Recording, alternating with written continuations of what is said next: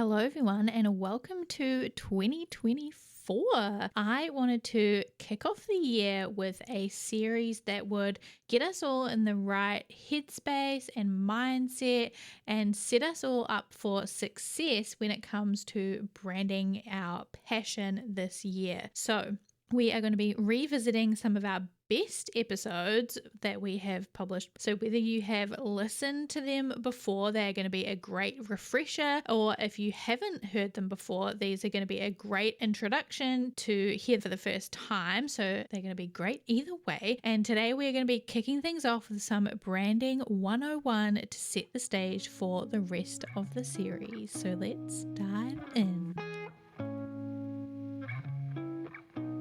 Branding is a term that gets thrown around a lot in relation to marketing and business, and a lot of interchangeable terms that are added into the mix. So in this episode, I really wanted to set the stage with some branding 101 and discuss what branding is, the difference between a brand, branding, strategy, identity, and cover all of the things that can be included in branding. So let's do it. Hello and welcome to Brand Your Passion, the show that helps you turn the thing you love the most into something that people know and love you for. I'm your host, Holly Arnett, the brand coach for creatives, and I'm on a mission to make the world a more creative place, one brand at a time. If you're ready to get more eyes on your work, more dollars in your pocket, and more creativity in your life, you're in the right place. Welcome. Let's brand your passion. Today, I'm going to talk to you about branding. Every week, I'm going to be talking to you about branding because that's what I do. I live and I breathe branding. But today, in particular, I want to talk to you about what the heck branding actually is. It's a term that's thrown around a lot in marketing, and when you're building your business, it's something that people say you should do. But do you even know what it means? It's kind of just a buzzword that people say a lot. It gets mixed up between brand and branding and strategy and logos and identities and all these different words that kind of mean the same thing or get melded together to mean the same thing when actually they're quite different. And knowing what branding is really going to empower you and give you the tools to talk about it and to research it and to go out and implement it and work on it when you know exactly what it is.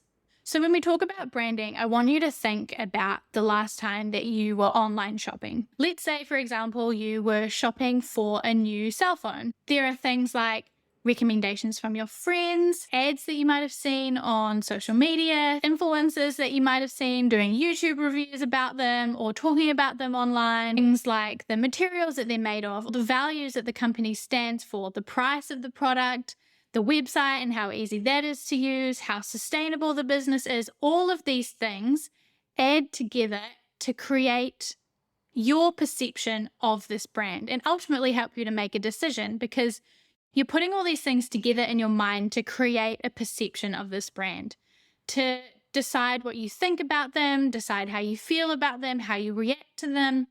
And these are the things that are ultimately going to lead to you making a decision about which phone you're going to buy. And these feelings that you have, or these things that you associate with the brand, might be practical things like this phone is really lightweight, it's really sleek, and it looks good. Or they might be more emotional things like when I have this phone, when I hold this phone, I feel really professional. I'm one of the cool kids. I'm part of this club of people who are all into the same thing. And it's more of an emotional response to the brand rather than focusing on the practical things, the benefits and the features, which are still really important. Two businesses can sell the same product or essentially the same product, but have completely different brands that you relate to and respond to completely differently. All of these things play into your perception of a brand and ultimately lead to you making a decision about which one to purchase. When we are making these purchasing decisions, which brands to be loyal to, which services to engage with, things like that, we are flooded with so many connotations.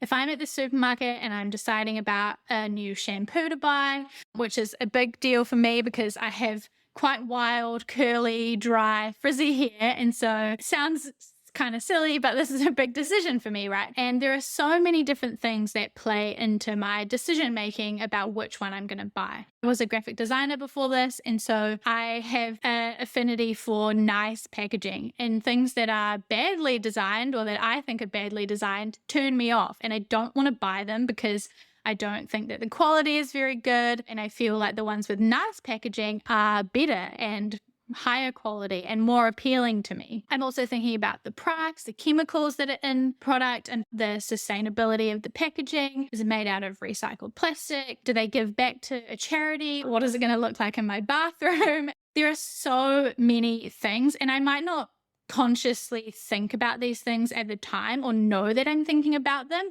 but they're definitely going through my mind. The packaging, does it stand out on the shelf? If I'm just quickly grabbing something, it needs to stand out. It needs to look good. I need to clearly be able to see what's on the packaging. I'm probably thinking, quick, I need one that has no sulfates, that looks good, seems like it's going to be great for my hair, and is like an okay brand to support. So all of these connotations that I have at the time in the supermarket when I'm checking out the shampoo, and ultimately they lead to me deciding which one to grab off the shelf, take to the checkout, and buy. All of these things make up the brand. And this is branding. So now I want to talk to you a little bit about the difference between a brand, branding, brand strategy, identity, and logos. These are all words that get muddled together, used willy-nilly here and there, and it can get confusing, especially when you're not exactly sure things mean what. So let's start with a brand. A brand is a noun, it's a thing. Your brand is something that you own. It's the gut reaction that people have to your business. Seth Godin describes it as a set of expectations, memories, stories, and experiences that when you bring them together, all account for a consumer's decision to purchase a product or service. David Ogilvy describes it as the intangible sum of all of a product or service's attributes. So that can be the price, its reputation, the experiences that you've had with that brand before, its history, and the way that it's advertised. So that is your brand. It's what people think of when they think of your business. People think of me, they think branding, they think orange, that's my main brand color, that I am fun, helpful, and teach a lot of useful things about branding. All of these things are part of my brand. And then branding. This is the process of intentionally informing what people think about your brand and trying to direct the way that your brand is perceived and what people think about it and how they react to it when they encounter it. So that can be creating visuals or messaging or experiences or customer service or all of these different things that play into how your brand is perceived. A brand strategy is then the plan for how exactly you're going to do that.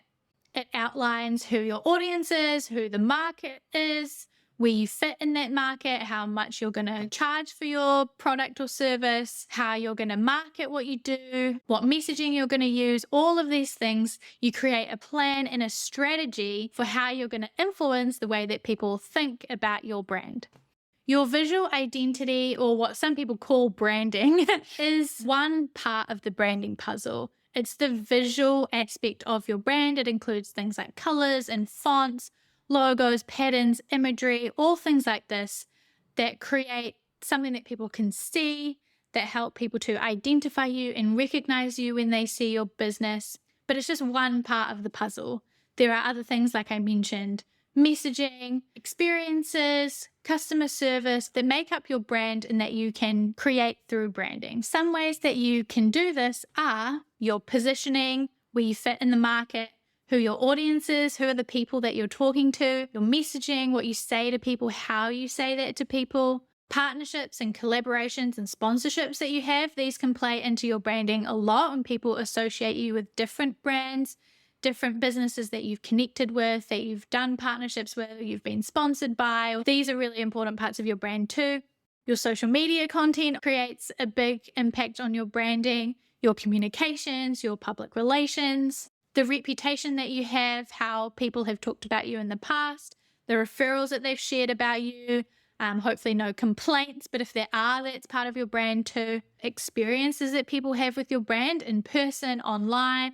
What does that journey look like from them encountering you for the first time and then going through the process of purchasing from you or booking in one of your services? What does that experience look and feel like for your customer? The packaging, products and services that you sell, and your pricing strategy as well. How much do these things cost? How does that influence where you fit in the market? What does that say about you and who you're appealing to, who you're talking to? All of these things are different ways that, when put together, can influence how people think about your business and create a brand that really talks to the right people, represents you, helps you to succeed in whatever it is that you're doing. Thanks for listening to this week's episode of Brand Your Passion and choosing to spend time with me learning all about branding, business, and all things creativity. You can find more episodes just like this one at makerandmoxie.com/podcast. If you like this one, you can tap that subscribe or follow button so that you're notified about each and every new episode. And if you've got a spare second, please leave a review on iTunes or wherever it is that you're listening to this podcast, because I would absolutely 100% love to hear from you. If there were some helpful goodies in this episode for you, it would mean the world to me as well if you could screenshot that podcast player right now, hop on over to Instagram or Twitter and tag us at Maker and Moxie. By subscribing, reviewing, and sharing, you're helping reach more creators just like you, so that together we can make the world a more creative place, one brand at a time. We can't achieve this mission without you, so your support means the absolute world. I will talk to you in the next episode, but until then, keep creating.